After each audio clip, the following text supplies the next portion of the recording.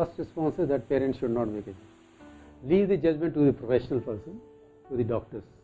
Yes, point is whether they should take the child to the doctor at all, and if they go, should they press the doctor to prescribe a antibiotic? That's the question. So if they're small, it's a milder illness, a slight amount of fever and child is sneezing a little and runny nose or a little bit of cough, for example, you don't really have to rush to a doctor all the time. If it's a very small infant, we can understand, yes, even beginning of the illness we should take it. But let's say a child who started going to a toddler school, a preschool or a school, there probably we can wait for a day or two. By then 1 or 2 infections have occurred in the past. We have learned that, yes, how to recognize. So what we tell our patients who come to us regularly is to recognize the red flag signs, that this is the condition where you must go to the doctor straight away. That's, for example, a very high fever, a child who is having some breathing difficulty along with, let's say, cough and cold. So these are signs which straight away tell us rush to a doctor, if they are probably to emergency department of the hospital. So first thing is learn that, and once we go to a doctor, we should have full faith in his judgment.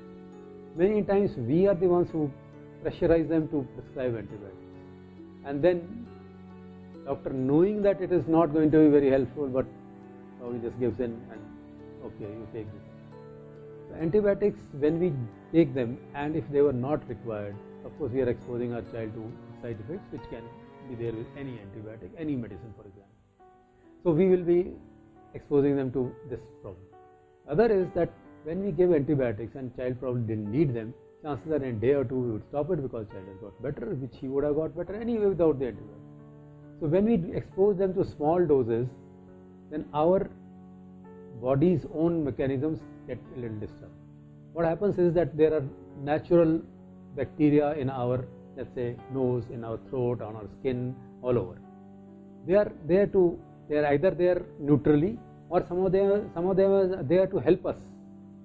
For example, the ones which are there in the large intestine, they are useful for us. Now if we start giving antibiotics, the disease was caused by a virus against which no antibiotic is yet being made. So antibiotic was useless. As far as the disease was concerned, for example, an upper respiratory infection of runny nose, fever and cough and cold, it was useless. But it did kill the natural bacteria which were useful for our body. What we have done is done harm to us. But also there are those germs in our system which are lying there in a neutral way. They are not the ones which can cause disease. Once we give antibiotics, they also get killed. Now we have a nascent area where germs from the atmosphere can come and sit, and these germs may happen to be those which can cause disease, and these are the ones to which we will keep developing resistance more and more. So next time we will need a higher antibiotic and a higher antibiotic if actually infection of bacteria occurs. So a lot of harm is being done by over prescription of antibiotics, overuse of antibiotic and misuse of antibiotics. Totally avoid it.